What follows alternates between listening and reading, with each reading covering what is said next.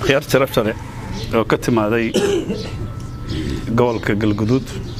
iyo galmudug guud ahaan soo dhawaada gacmo furan ku soo dhawaada qalbi furan ku soo dhawaada dadkiina iyo deegaankiina ku soo dhawaada maxaas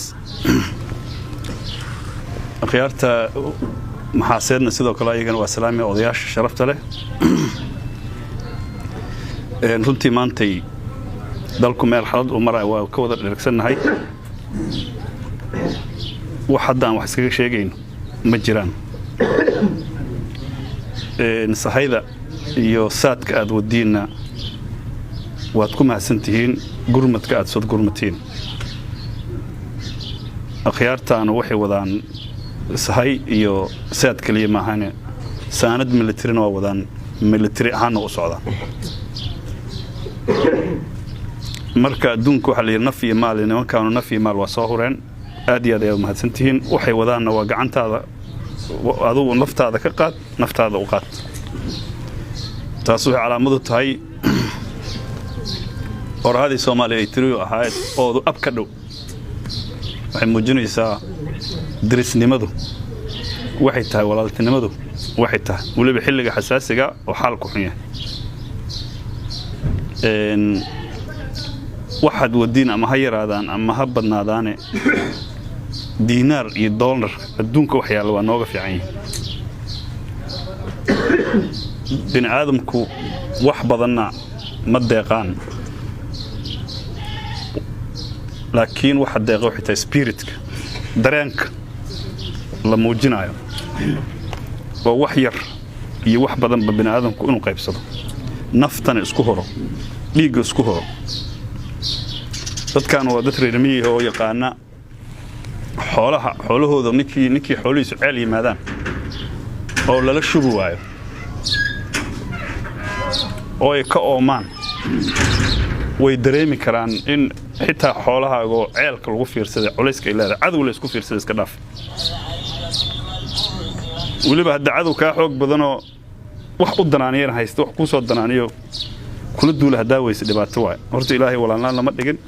walaal jiraatiin soo dhawaada waxaana si wanaaga shalay qoryihiina isku jeeday maanta inay meel isku la jeedaan guulaha iyo wanaaga la dirirka shabaabka laga dhaxlay kookata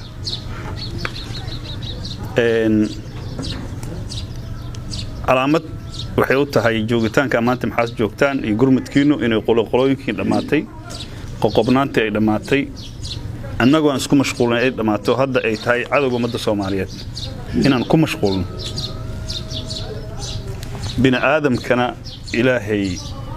wuxuu amalkeeda barakeeyaa dadka uurkoolaha oo isku qalbi fiyo halgamadan oo kale iyo dagaaladan oo kale tan waxa laga faa'iido waxa kamid ah isdhaxgalka bulshada iyo kuwa shalay dagaalay maanta in walaaloobaan wax wada qabsiga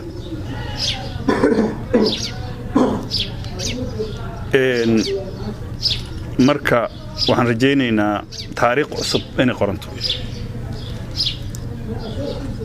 bini aadamkana waxay calaamad u tahay nimankan khawaarijta dalkan muddo dheer ay haysteen 5 sano ugu dambeysay aagan iyo dhulkan ay haysteen wax roob u tiis kuma deyn maalmahan waa arkayseen roob mihigaan inay daayeen taas macnaheedu tahay hadda wax jira dadka xajiya yaqaan marka xaj ku dhamaado maalmaha ugu dambeeya roob ada oo macnaheedu tahay wasaqdii iyo dunuubtii iyo dambigii iyo meeshii wax lagu gala lagu nadiifiyaa roobkaanu marka wasaqdoodu nadiifinay calaamadna wuxuu yahay dadka bini aadamka uurkoolnimada inay fasaxaad dhulka ku hayeen ay calaamad u tahay inta hadda ayagu jiraan roob kama diin inta laga saarana biyaha meel walba biyo yaalo meel kala geey lama arko dadkii qulubtooda dhinac isku la jeesatay labadii seen waxyeelaa tiraanay waxyeelaan ma waayaan markii horena ayaga dadka isku diri jiray maantana shuushu baxay noqday waa baxeen sidii jinnigii fariirayda inay ka baxaan rajaynayna ilaahay idinkiis idinkuna saamihiina saama barakala Allah ka dhigo waana guuleysanaynaa ilaahay idinkiis hadda bini aadamku waan iska naqaanaaye haddii dad diris yahay dooradaada iga ceshiye ku murmaanoo qaarkoodna dhiigaa dhexmara horta qabla al-islaam wixii islaamnimada ka horreeyay bani aadamka loo mahaysan jirin dambigooda wixii ka dambeeyay qofku wuxuu galow lahaa maanta dadka meeshan jooga oo reer maxaaseed iyo dadka halkan jooga oo reer galmudug oo reer galguduudeed wixii hore uga dhaxdhici jiray badda lagu shubo hadda kadib walaalnimo aan kala deeqdo wiji wanaagsan aan kala deeq dalku waa naga soo haraa waana la isla leeyahay oo idinkuna xagga gooni u maleeyeen anaguna inta gooni u maleeyay wuxuu naga dhaxayaan bacdama dhiigaynaba isku meel ku socdo oo aan hal hadaf leena hal ummad aanna hal dal aanna hal deegaan aan leena waxaan ka rabaa wuxuu inay naga dhaxayaan wax yari wax badanba aan qaybsano hadii xagga roobka soo marana inta la wada daaqo hadii xagga uu marana la wada daaqo dhulkuna nacfi wuxuu ku leeyahay wada jirka in lagu wada jiro lagu wada noolaado in la isku dilo wax nacfi ku leeyahay lama arko marka soo dhawaada halganka socdana hooyad u ahaadeen saldhigaad u ahaadeen dadkii bilaabay shabaab in lala dagaalo iyadoo amisom la kaashanayn oo ciidan dawladeed la kaashanayn oo deegaanka dadka jooga oo qoqoban yahay oo sida ay ummadahan ugu dhex jiraan bay idinku dhex jiraan ayaa dhabarka u xirateen inaad wajahdaan magaalooyinka kaliya oo hadda nabada hoo shabaab ka caagan oo cabsilaan la dhaxmaraayna magaalooyinka aad ka soo jeedaan ee dhuusa magaalada iyo meesha la yiraahdo xeraale iyo gurceel iyo caabudwaaq iyo matabaan ahaan ayadoo inta kale dhilqa amal ay ugu dhex jiraan shabaab ay taa ku haystaan dadka dhiiga ka dhex galeen idinku mar hore dhiigiina sifaysateen haddana anaga keenan sifay doontaan insha Allah waan xaqayla sifay doontaan marka hadii hooyateen hadda nafteedana kan hiiraan ayadoo xirmay jidka baladweyne iyo matabaan oo ay intana ka soo dhawaadeen oo ay jawiil soo istaageen ama beer meesha la yiraahdo kala beer ceelgaal kaas waa qabsadeen afka baladweyne yimaadeen intana maxaasi baladweyne kala xiranta mar horeba ay go'doomiyeen buulobardi baladweyne ay kala go'doomiyeen ayaa wax lagu qasbanaaday inta laga baxo baladweyne oo Itoobiya la soo dhaxmaro kor la soo dhaxmaro matabaan la yimaado hadda waxa socdana idinku idinka aqbalado marka laba gooraba halgankaanu hooyadii halgankaantiin Allah ida karaameeyo soo dhawaada waxaan jeclahay maanta wixii ka dambeeyana geedkan hadii hal qof gacan ku qaado waxa dhici karta inuu si u noqdo laakiin hadii nin walba meel ka qabto waa fududaan adugu hadda kadib Ilaahay idinkiis inuu fududaado ayaan jeclahay because dadkii waa soo baraarugay qof ay noo dil jireen hadda wixii ka dambeeyna waa annaga ayaga isla dilayna hadii Ilaahay yiraahdo marka hadii walaal yimidna inaad tiin waa leedo og yahay dadka u timaadeen waa walaal si dhabahayn u qaadanaya hilkaas si dhabahay u qaadanayaan wax weyn ugu fadhiya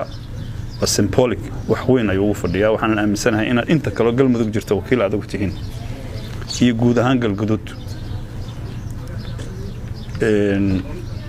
marka idinku way soo dhaafsiideen inta wala dhaafsiiyay inta kale dhimanna Ilaahay idinkiisa waxaan rabnaa inaan dhaafino waxaan u soconaana anagu inaan xoreyno maahan Soomaaliya xoreyno waa because talaal nimakaanu intuu jiro lama nasakaro marka hadda soo dhawaada walaalo jiraatihiin waxaan jecel lahay annaga hadda culayska xoogaa meel space yaron ku neefsana haysanahay space kaasna inaan sii ballaarino cadawga iska fogeyno Soomaalida kale kor saaran yihiin dhibaayana annagu u kaalmayno aan rajeynaa hadii Ilaahay yiraahdo aan ka dul qaadno culayskaas dagaalka hadii galmudug soo gasho ilama ahan shabaab sii jiri karo walaalaheena naga koreeyo oo ama naga hooseeyo oo muduloodna haddana dhaqdhaqaaqi bilaabeen ayagana Ilaahay guuleeyo waxaana la ka rabaa sideedaba nimanku hadii wabiga shabeelle inta hadaan ka joogay xaga ka joogan inta ma joogi karo hadaan hiiraan ka saaray shabeellada dhexe joogan anigana ma joogi karo haday gadaal naga jiraan inta ma joogi karo intana inaan u dulno anaga wada soconna xaqale inaan u dulno oo u duul anaga wada soconna hore aan u soconno meel aan u dhaafno inay si jirin kaliya deegaan reer hebel laga xoreeyna ma jirtee dalka laga xoreeyna makaan hadii la yiraahdo walaalaha jiraatiin soo dhawaada warku waa badiyay